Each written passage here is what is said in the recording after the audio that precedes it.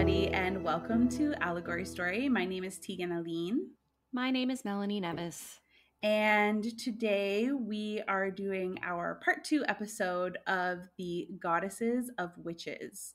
And we are going to be talking about a group of goddesses, but there's really one that's going to be at the center of the story, and that is the goddess Diana, who is also considered by many people to be the goddess of witches. We're also going to delve a little bit into her relationship with Artemis from Greek mythology and Aradia, which comes much, much later on in history.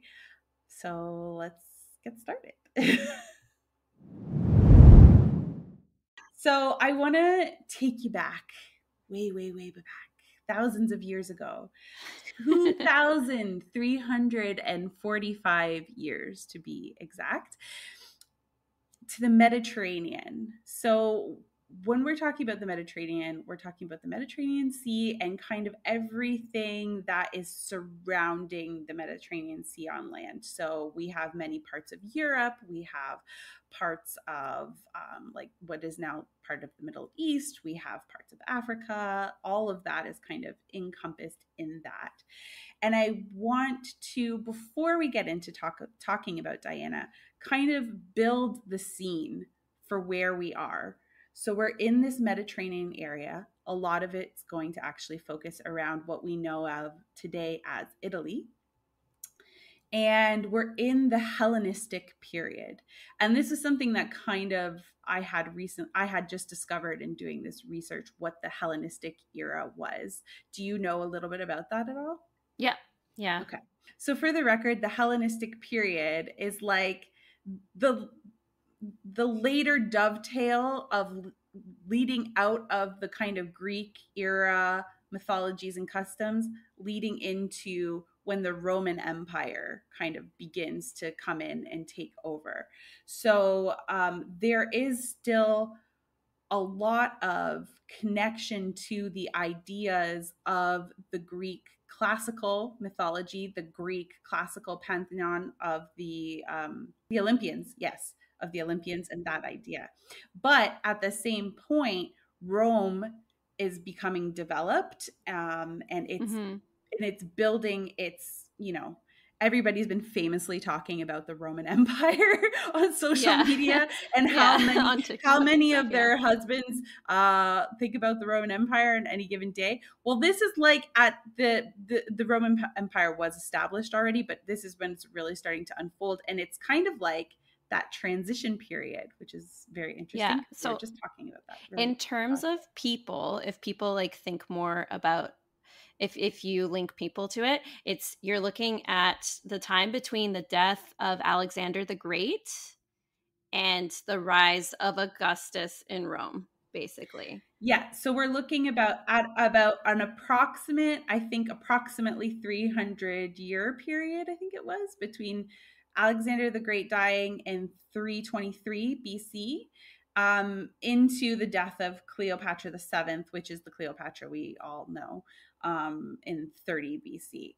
And like I said, transitioning out of this classical era and the emergence of the Roman Empire. The Roman Empire kind of kicks off around 27 BC, but it really starts to establish itself around 31 BC and actually generally ends around 395 AD. So that's like a huge, just that in itself is like a huge period of time. Yeah. And so with that, I want to focus on Diana because she really emerges in the Hellenistic period and is considered a Hellenistic and Roman goddess. She symbolizes the hunt, the moon, crossroads, and the countryside. And I think it's really interesting because when we discuss Hecate, the crossroads and darkness are also associated with this goddess as well. She is said to have originated in and around the outskirts of Rome, actually. Her temple was Lake Nemi. I don't really know if I'm saying that right. And the lake is also known as Diana's Mirror. And I think what we see a lot is the same thing that we discussed previously around Hecate.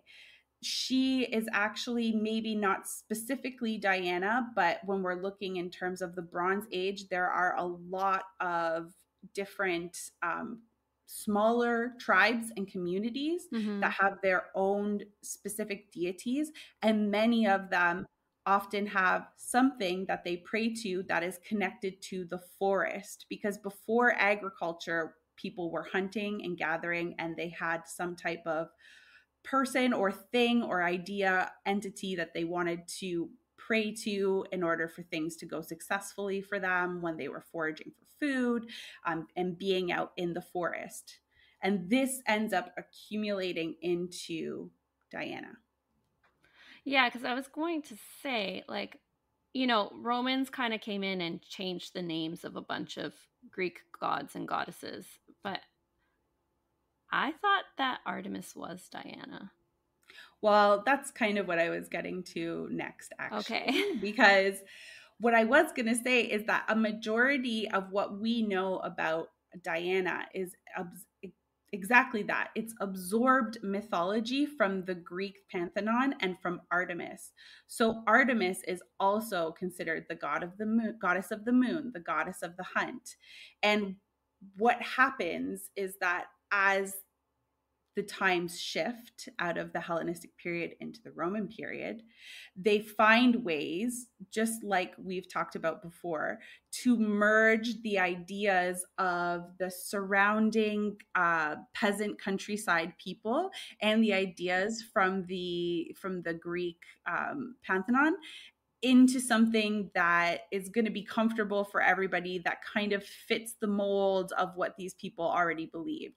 So Diana actually ends up absorbing a lot, almost all of Artemis's mythology, to the point that we don't have a lot of mythological record that's directly related to Diana, very similar to Hecate, because probably her worshippers and her followers were really done in small groups. Now, what happens with the idea of Diana, really, she really kicks off and really goes on a big journey and becomes quite a well-known goddess.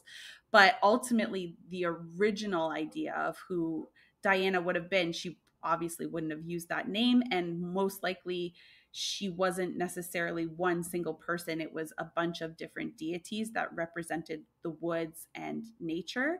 Mm-hmm. We don't have a lot of information on those stories now because they were so old and so far. But so she really That's so is. frustrating. It's super frustrating, and don't worry, you're not alone in thinking it's frustrating, because other people thought it was frustrating too. But that's in the 1800s, and we'll get there. So yes, she does absorb a lot of Artemis's myths, including her origin story. So Artemis's origin story, and this is kind of why I wanted to do them together, because really they, in a way, they kind of are one and the same at this point in time. Artemis's origin story is that her mother's name is Leto, I think. And I also believe she was a daughter of a Titan as well. And of course, as we know, Zeus has got an eye for the ladies, and Zeus is enchanted by her demure beauty. Sure. Of course. Right. So they get romantic, they have relations, and she gets pregnant, and Hera finds out, and she's pissed about it because Hera's always angry. But Hera is so mad about it that she refuses to let Leto have her children or her babies anywhere on Earth. So Leto is kind of cast out to find a place in the ocean to like have her baby and her babies. And eventually, the one place where she can find that's actually on land is an island called Delos. And there she gives birth to Artemis. And then immediately after, she gives birth to Artemis's twin brother, Apollo. And I think we talked a little bit about Apollo in the other episode on this. And We Apollo, I think, just is touched upon it. So he's a god. I think it's so funny. In all of this, I didn't really do a lot of research on him, but I think he's about sun. No, sun god. No, no. Yeah. Yeah. Apollo is the god of sun and light, Okay. Oh, generally. okay. I thought I was making Yeah. that up. Okay, maybe I did. No, no, Maybe no, no, something no. Like sunk in around that. So Helios pulls the chariot, but Apollo is the god of light. okay. Right. So Artemis is so that makes Artemis and Apollo twin brother and sister. And the legend actually goes that the minute that Artemis gives birth, she turns around and starts aiding her mother in the birth of Apollo. So she is also considered the midwife to Apollo, which I think, again, we're already starting to see these early on connections between Diana and Hecate.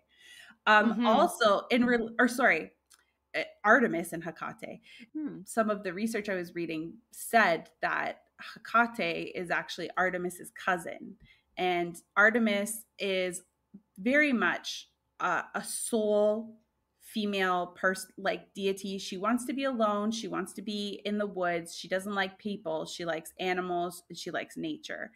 And I guess because she helps to deliver Apollo, Zeus asks her, like, if he can bestow a gift on her. And she says, I don't ever want to be forced to be married.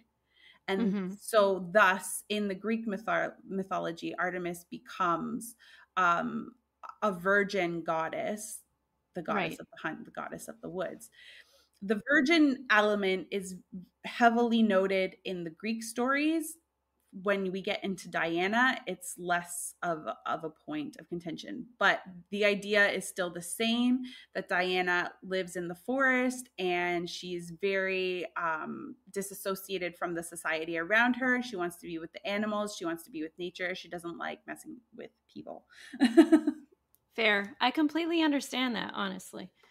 Oh, I do. The vibe is real. I mean, so what ends up happening is in the Hellenistic and Roman traditions, the story is exactly the same, except instead of it being Zeus, it's Jupiter, and instead of it being Yes. Leto, it's Latona. The names Okay. change But slightly. wait, so Hecate and Artemis can be viewed as cousins, but if the Hecate's story of her being Zeus's daughter is actually true, wouldn't that make them half sisters? It's a very Yeah, the it's a Olympians moot are point. the Olympians are so incestuous. It's like, why would you even like just the level to Yeah. which we put these people and ideas and concepts on a pedestal with incest connected to it, like that's its own show, not even a Well, look, podcast, I its own honestly show. think that in any tradition, the pantheon that exists for any gods is a direct correlation and reflection on humanity. Absolutely. And the way So, that, anyways, yeah, and it dives and it really yeah, breaks down to royalty, money, power, all of that stuff. So yeah. Anyways, continue. Sorry. it's okay. No, it's fine. It's true. Yeah, I guess she could technically be the half sister. I read a bunch of stuff where they said she was a cousin. I'm sure there's like multiple stories. You know how these things go. The stories kind Yeah, of yeah. change and they have variations. So the other very famous myth of, I'm going to say Artemis Diana, because there are even actually statues that you can find in museums to this day that are depicted as Artemis Diana, Huh. the two of them. Interesting. It's kind of it's definitely not a secret that these two kind of embodied one and the same throughout Mm-hmm. this like transitional period of time and into later eras, right? But then the other most famous myth is the myth of Actaeon. I hope I'm saying that right. Maybe it's Actaeon. Anyways, so in this myth, um, depending on who you want to say, Artemis or Artemis slash Diana, is in her favorite grotto after the hunt. And I don't know, I'm not sure exactly what grotto means like in English, but I know grotto in the French term was just like a cave there's always a cave in a grotto with like an open forest, and then around it, and then like water in and running through it with like pools of water inside. It's So the same thing in English. okay, Like grottos are natural, like cave formation kind of. in water. Okay. So she's in her favorite grotto in a wooden valley, a wood laden valley, so filled with all of these beautiful trees. And this is where she likes to relax after she's been on a hunt. And Actaeon is a young hunter, and he stumbles across the grotto accidentally and witnesses the goddess bathing without an invitation. And when she sees him, she splashes him with water from the pool, and in doing so, curses him and turns him into a deer. Now, unfortunately, this young hunter had dogs with him, and when she turns him into the deer, they don't recognize him as their patron anymore. They recognize him as a deer, and they go on to chase him, track him down, and pretty much tear him to shreds. Ouch. So this is also yeah, ouch. But it's very interesting, and it's very like it's a strong story about a woman Mm-hmm. who does not want to be intruded on and is not afraid to fight or do something back. So it's Mm-hmm. really interesting because there are certain variations of the stories. The later stories, he accidentally stumbles in on her, like in the Roman Hellenistic stories, and it's an accident. He didn't mean to do it. In the Greek stories, it was intentional. You know what I mean? Interesting. So that part of the story varies. Also, the fact that was there even a pool there at all? Did she splash him with water? That part of the story varies in different tellings. So sometimes there is a pool of water, sometimes there isn't. So there are, Well, again, many if variations. it's a grotto, like grottos are natural cave formations, but they kind of, if it's high tide, the water rises in the grotto. Well, this is the point. Sometimes it's not a grotto. Sometimes they're just in the forest. Oh, okay. So the Gotcha. variations, they're small variations, but it's something that we always see, right? Like in all of these stories, there's a bunch of different versions that flip one thing in or out, depending on maybe the time or who was telling it.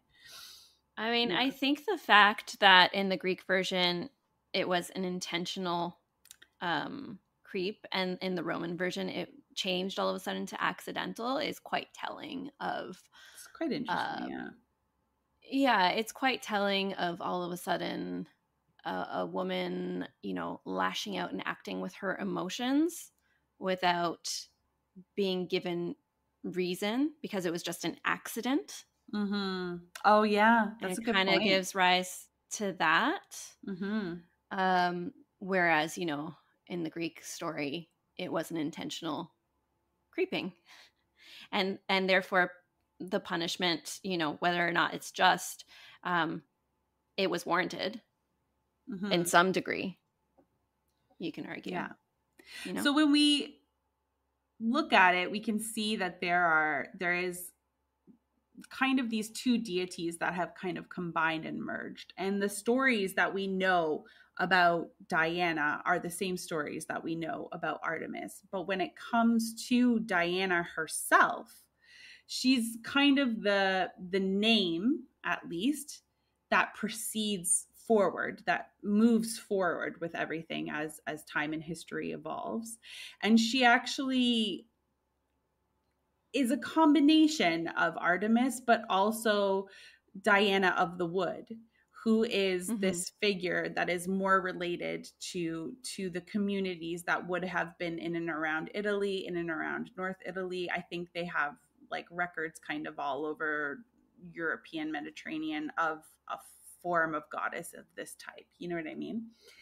And but in relation to Italy, what we know as Italy now, and Rome in specific, even before the Roman Empire is the Roman Empire that we know now, they have built shrines to her, um, and she has this one temple in Lake Nemi, and then but she also has a temple that's just very interestingly right on the border of the original city of Rome, just as you hit the outskirts, because ultimately she's meant to be like a goddess for the common people.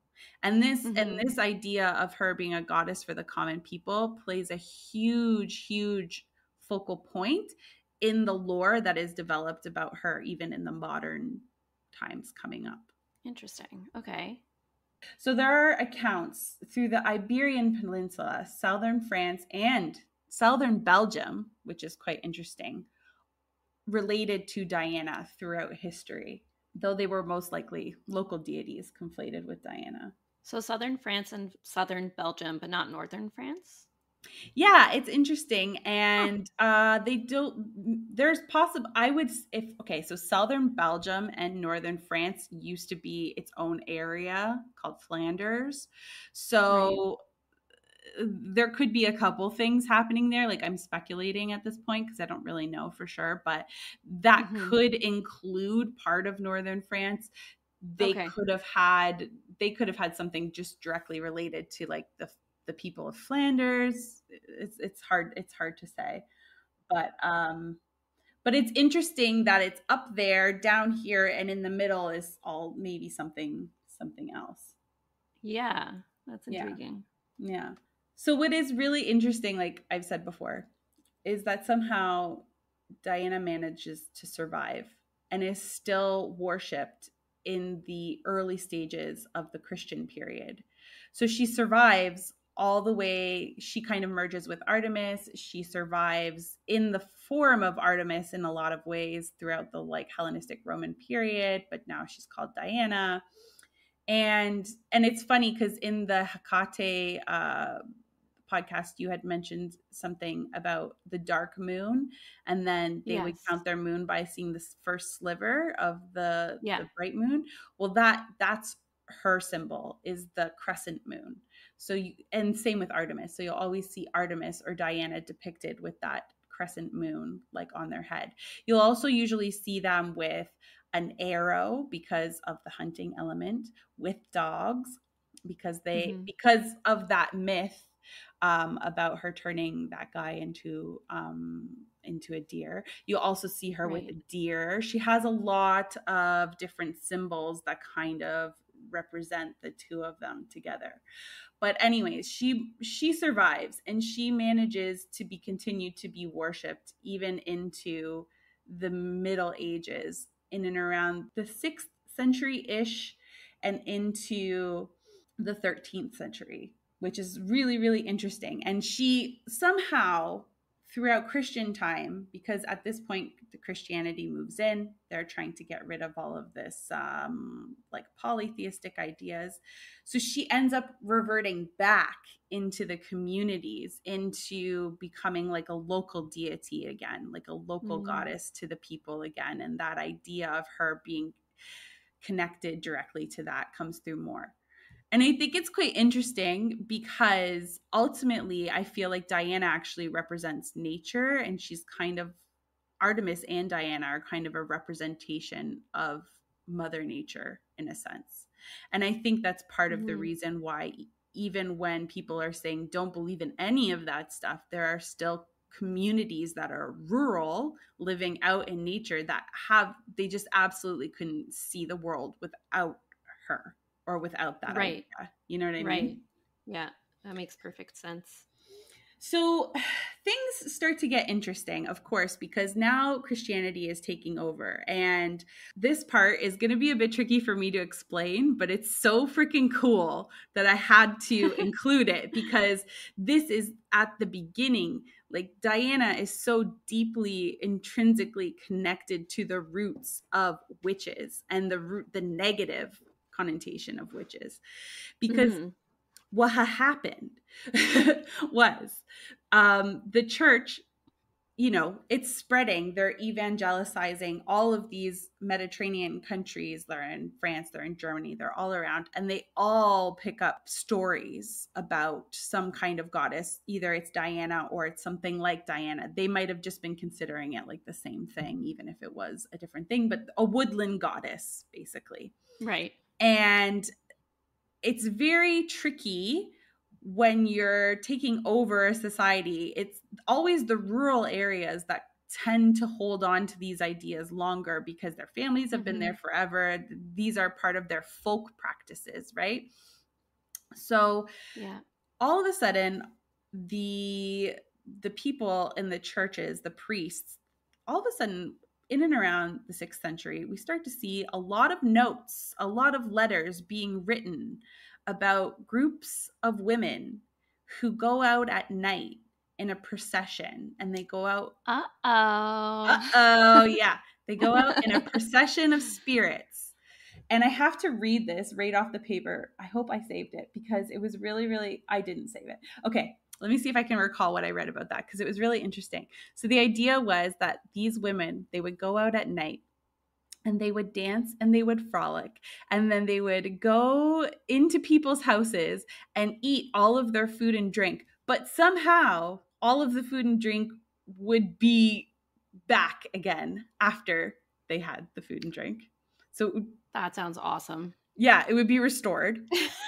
And they would sit there and they would laugh and they would talk about herbs, and they would talk about medicines, and they would talk about midwifery, and they would exchange tips and things like that with each other.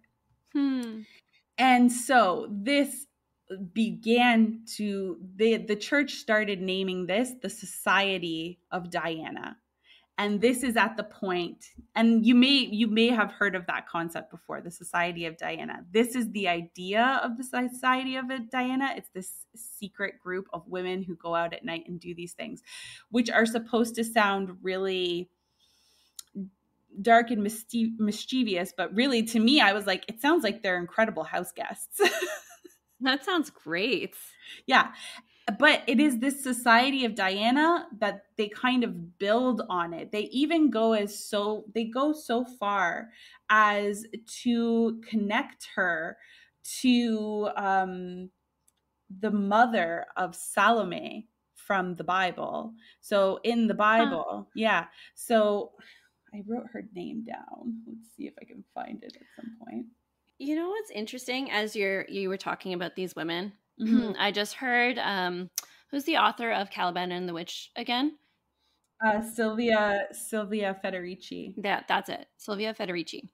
I heard her speaking in an interview about the term gossips, because women would get together, and it would be midwives and female friends, and they would get together and accompany expectant mothers, and they were known as gossips. And it had a very different meaning than gossiping does now. Like, gossiping means to like talk about people, but they would just fill their days with idle chit chat instead.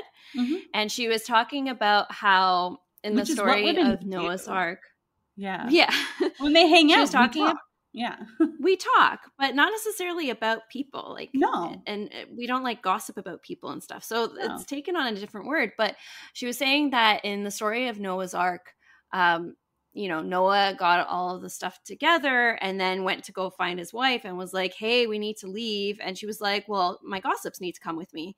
And he was like, no, just you. And she was like, "No, I'm not leaving without my gossips." That's so funny.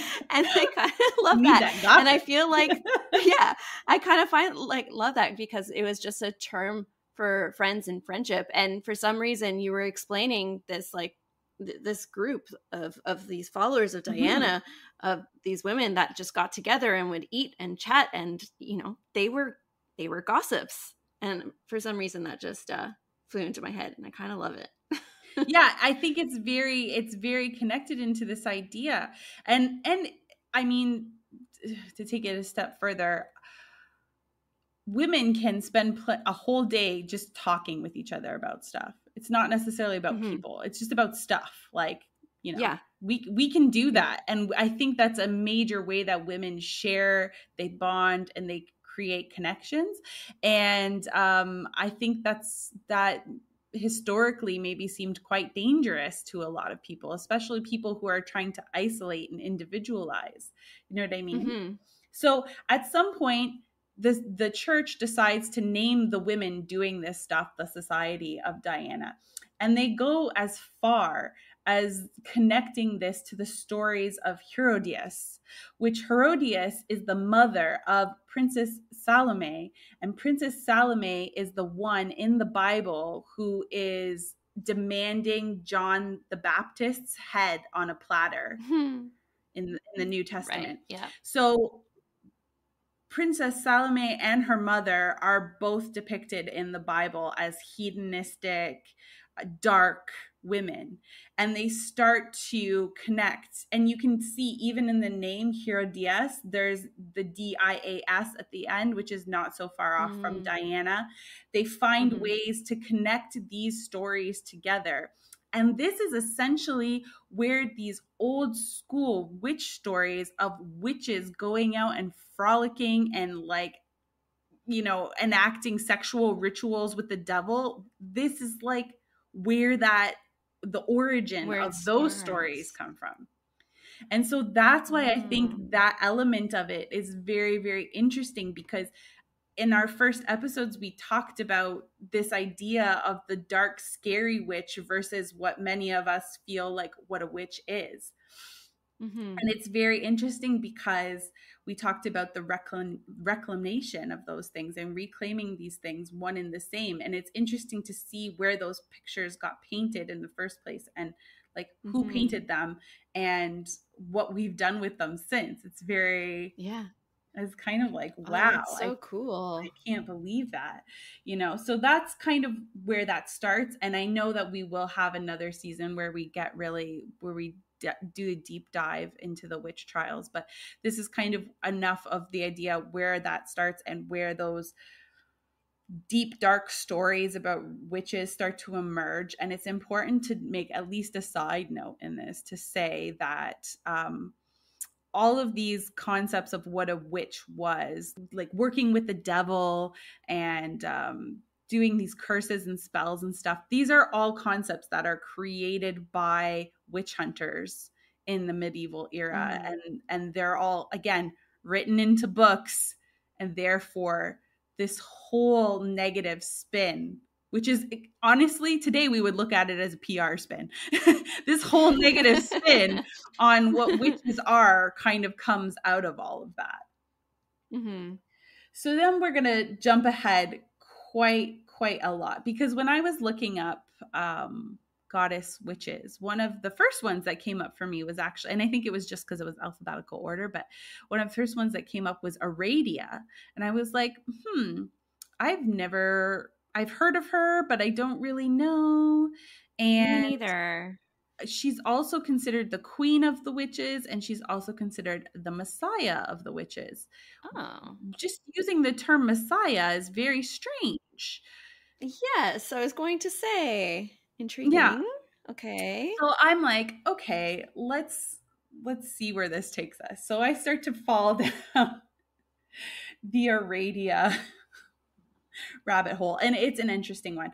So, okay, where we leave off in history is that the church is trying to take over, and they're developing these ideas about witches, and then witch trials happen.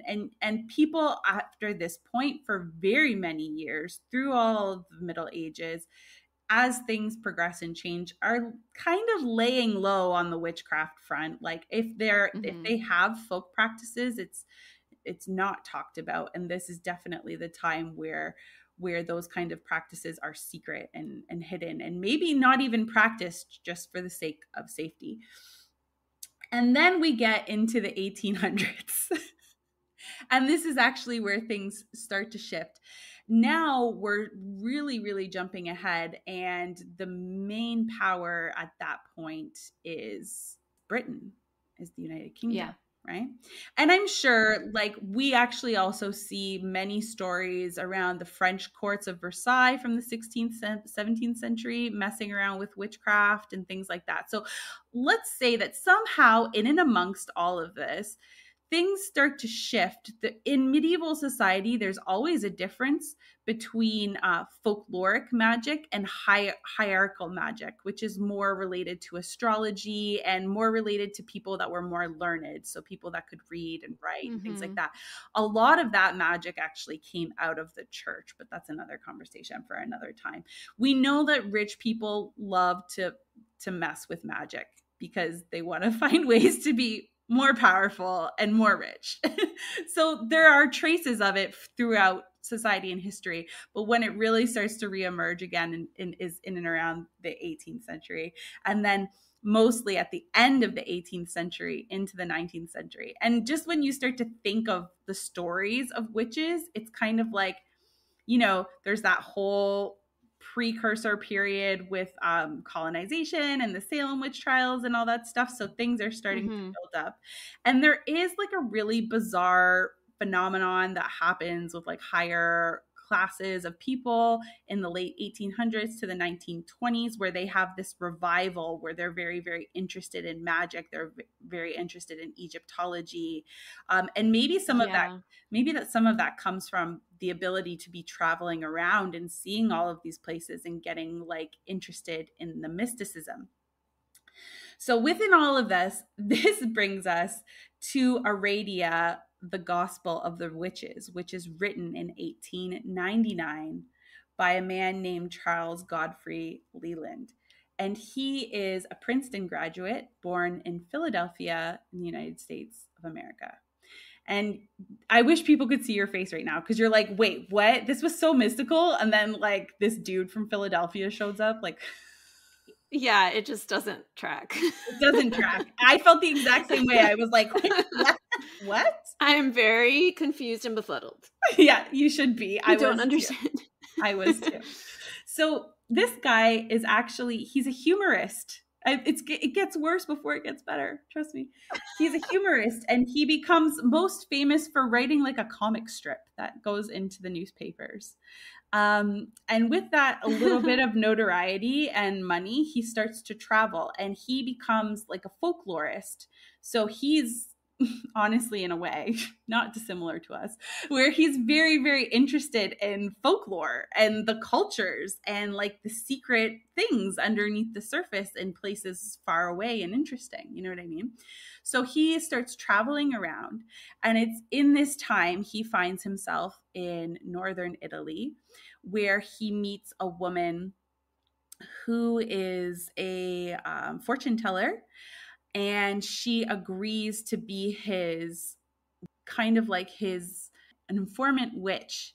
She agrees to be his informant witch for a coven of witches in northern Italy in the late 1800s that claims to have been following practices dedicated to Diana, you know, since last we left off, all the way through. Italian folklore magic, which I think might be interesting to you, considering you've been reading some of this. Yeah. No, I'm into Italian folk magic, and I'm into all folk magic, really. Yeah. So a lot of this, I think a lot of probably, anyways, I digress, because I think a lot of what we know of it could basically come from this moment. So it's quite interesting. So anyways, she apparently introduces him to her coven. She gives him a lot of information. And with this, he writes this book, Aradia, the Gospel of the Witches. And the book is based on this idea from this coven that at one point, Diana is the creator of all life. And Diana represents the darkness. And just like the darkness, the seeds of life live inside of her. And Diana, when she creates the world, she decides to divide herself into light and into dark. And the light becomes her brother, to which she names him Lucifer. Sure, she does. Right. Okay. Okay. So she divides light and dark. Lucifer becomes the light. She is the darkness. And within that, for some reason, she gets this aching need to have the light return into her. So she really, really wants to merge again with the light, but the light doesn't want to merge with her. The light wants to be its own thing. So Mm-hmm. somehow she finds out that Lucifer loves to sleep with a cat, a little black cat. Yeah, the symbolism is abound. It's freaking crazy. So she convinces the Uh-huh. cat to scoot for a little bit. Diana transforms into the black cat, and she goes and sleeps with Lucifer. And together they create a daughter named Aradia. And Aradia is brought to the earth by Diana to teach the witches the ways of their craft. And that is why Aradia is considered the Messiah of the witches. I know what I'm you're not thinking. into this story. I know what you're thinking. I know what you're thinking. It's really because of the time period, because it's the early 1900s, and because it's written by an American. We're just like, this is bullshit. Absolute crap. Right? Yeah, I'm not into This this book, story. this book, along with another book, which I can't remember the name of right now, but this book becomes one of the central belief structures for what we know today as neo-paganism and Wicca. So this book actually, it's wildly criticized. It's important to say. Yeah. It's wildly criticized by folklorists. A lot of people say that he made the story up, that like he has no sources. He doesn't talk about the coven in order to protect the coven. There's a whole bunch of like arguments around it. There are historians, folklorists, many people that have denounced this work as a piece of fiction. And I think that's probably where the problem around this book comes, is that he presents the book as like something that is factual, whereas probably if it was presented as a piece of fiction, it wouldn't have had the same response. No, it wouldn't have, but like he's presenting it as factual, and let's just hypothetically say it was. I don't know necessarily that a coven who has kept this secret for thousands of years would want some douchelick to go and publish all of the secrets. So a lot of people That doesn't make any sense. A lot of people really, really criticize this guy for this piece of work, but it's very interesting because whether it's criticized or not, a lot of what we know of as modern day neo-paganism and Wicca is derived from his book. Like the Guardian tradition is based on his book. You know what I mean? So it still has, whether we want to accept it or not, it still has an incredible impact on, essentially his book is actually what led probably both of us to even being introduced to this stuff in the first place, which is bonker balls to think of. The other thing that's really interesting to think about it is the fact that, yeah, he is very heavily criticized for maybe ad-libbing, adding too much information that maybe wasn't there. But we know that like this is really a construct of the era and the way that education and things work in that time, because we know most of the stories we know from folklore are, especially like let's take Celtic folklore for example, it was all written by Romans and Greeks. Yeah, because they didn't write anything. So we know people have input their own interpretations throughout.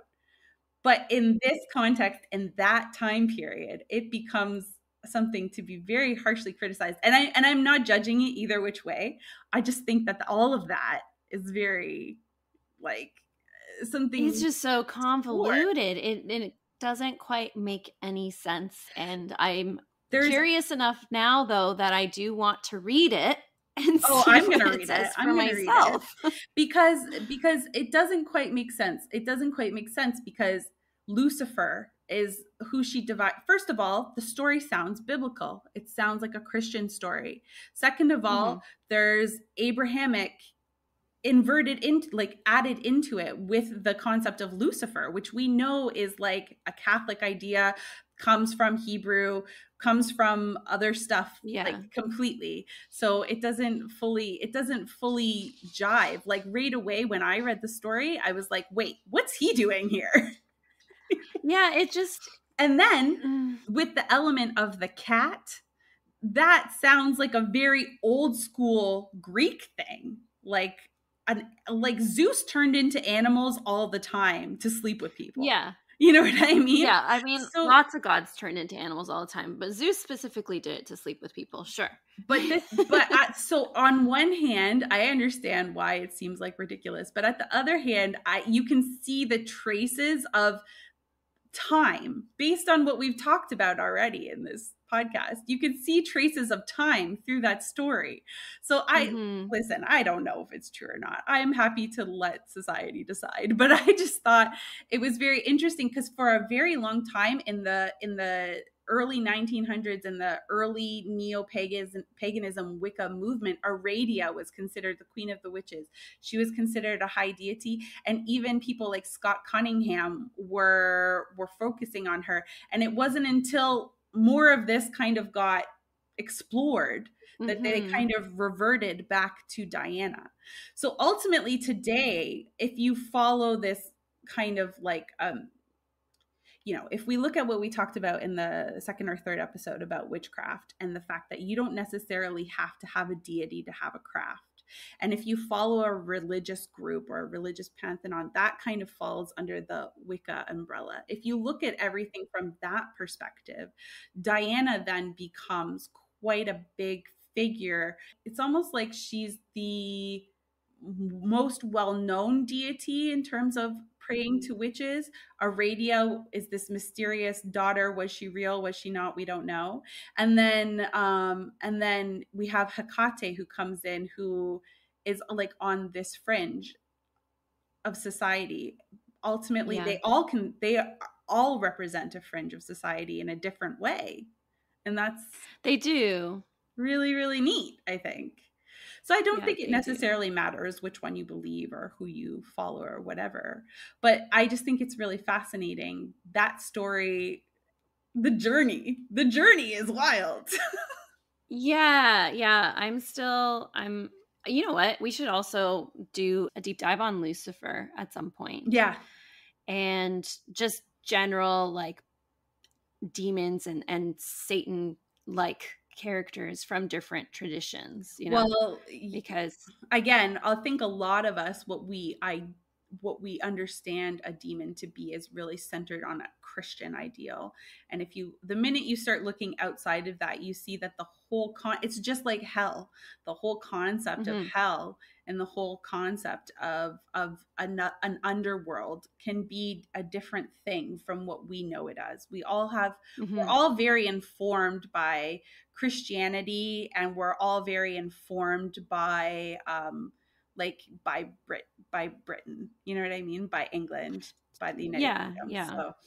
So it's fun. It's fun to dive in and figure out, oh, maybe not everybody was informed like that. I mean, not everyone was. Witchcraft or Christianity wasn't always around, right? And there are so many different traditions that exist in the world today that don't center on Christianity that bleed into this stuff as well. But I really liked, to be honest with you, in doing this dive into Artemis and Diana and even Aradia, I appreciate the point of, why she's there, because Aradia ends up becoming the center point for neo-paganism, essentially the resurgence of all of this stuff. So that's an important position, whether or not it is. It definitely is. Can you really say what is real? What makes something real or not? Time? What makes a goddess real or not? You know what I mean? So it just depends on how you look at it. But doing this deep dive into Diana and Artemis, I felt so connected with it in doing the research. And I saw a lot of my own rural energy in it. Like as I'm walking outside with my dog and my black cat, you know what I mean? In the forest, I was like, oh, and I realized, not to get super woo-woo about it, but I realized the first time I was in France in February of 2016, Michael and I went to the Louvre, and all I saw while I was there was these gorgeous statues of Artemis and Diana all the time. Oh, that's cool. And I was so confused the whole time because I was like, who is Are they the same? Are they? And me not, Yeah. I think a lot of us, we know there was a Roman group, that we know there was a Greek group, but the line's muddy. And if you don't have, or you can't take the time to really break it apart, you don't really Mm-hmm. know. You know what I mean? The lines have to muddy in order for any transition to take place. Things Yes. have to get messy for a little while and overlap, right? And you kind of have things coexisting at the same time. This is the thing. I think a lot, especially in these days, in the moment we're in right now, we see a lot in terms of politics and a lot of conversation on the far right about this concept of purity and what is the one true thing. And I understand it from both angles, because on one hand there are some traditions out there that I think deserve a respect and deserve the right to exist and do things the way they need to do them. That's usually related to repressed religions Mm-hmm. or practices that have been repressed historically because of things like colonization and whatever. Mm-hmm. But when we really start to peel the layers back, whether it's through myths, whether it's through genealogy, anything, you start to see that we're like, especially in Europe, I'm going to just focus on Europe. Everything is such a mix. Yeah. Everything bleeds in and out of itself and into something else. And it's been used as a tool for a very, very long time. But it's also part of the way that things just move and progress, you know? And it's Mm-hmm. really fascinating to become aware of that. You know what I mean? Yeah. Yeah. Yeah, definitely. No, this is really cool. I am curious now. When you see images of Diana and Mm. images of Artemis, and they have the crescent moons over them, do those crescent moons both face the same direction? Are they both Well, waxing? Are they both waning? from what I remember, is when you see the crescent moon, it's like the U. So it's not Oh, facing one way or another. yeah, It's you're right. Interesting. Yeah. so So I was like, if Hecate is associated with the new moon, and she's got like the central point, yeah, mother, yeah. who's maiden, who's crone. Yeah, I think that I'm speculating because this takes me way, way back, but I do think that Artemis is connected with the maiden because she's a virgin. So I think she's connected with maiden energy. And then I know that there's a triple moon goddess between the three of them, which is Artemis as the maiden. Um, I think it's Demeter who represents the mother, the harvest, and then Mm, Hecate who represents the crone. Or mm. sorry, my bad, Celine. Selene. Yeah, Celine. I was just about, as soon as I said it, I was like, I know that's not right, because Selene is the actual representation of the moon, like the full moon, Yeah, and yeah, yeah, yeah, you're right. so You're right. they're the three moon goddess Cool. trifecta. They really like their trifectas, eh? I mean, triples, threes can be found in so many That's true. traditions, That's so faiths, true. folklores. Like three's a big number. My mom, when I was a little kid, she used to have this like statue in our garden that was of three women standing like back to back, and I always loved it so much, and I've been looking for one to put in my garden like ever since. It's the You only want your statue own I want. Hecate. It's my only statue I want in my garden. Yeah. So this is the story of Diana, Artemis, how they've merged, and how somewhere in the mix Aradia got brought into play. But Diana Honestly, that is, one just weirds me out, but it's because of the Christian connection. Because like I think my hackles go up with like anything that Christianity gets involved in that's not necessarily. I don't think that it's necessarily a Christian connection. It's more of an actual connection to Judaism and like Kabbalah and things like that. Like that's kind of where Lucifer really actually came from. That's true. So and also I think it's interesting just because, like I said, it's kind of taking characters that of importance from certain time Mm-hmm. periods and shifting them and redefining them, just like Lucifer is defined as the devil in the medieval ages, and now Lucifer has been kind of reintroduced into our society, maybe with the help of that guy, as whoever he was, like as the light bearer. You know what I mean? So anyway, it's an we should definitely we should do a thing on him. Yeah, for sure. We should do some biblical folklore. Oh yeah, biblical for sure. I love biblical folklore. Don't even get me started on that. But yeah, so I just think it's very cool. And Diana is still venerated to this day. She's still considered an incredibly important deity to those who practice a religious following around Wicca and witchcraft. And, she's a sister too, very deeply related to Hecate, who is also very venerated. And I'm just proud of both. Not proud, proud's the wrong word. I just think it's super cool that they're still kicking it and back in like full force, despite literal nations of men mostly trying to repress them. They've still found their way forward, and they have found allies in that process as well. And that's really cool. That should be the biggest takeaway from all of this. That is really cool. Yeah, for sure.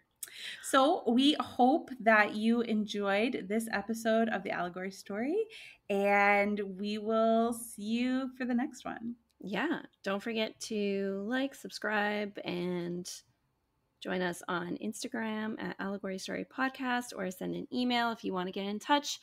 Offer comments, suggestions, theories. We're up for all of it at the Allegory Story Podcast at gmail.com. And we'll see you next time. See you soon.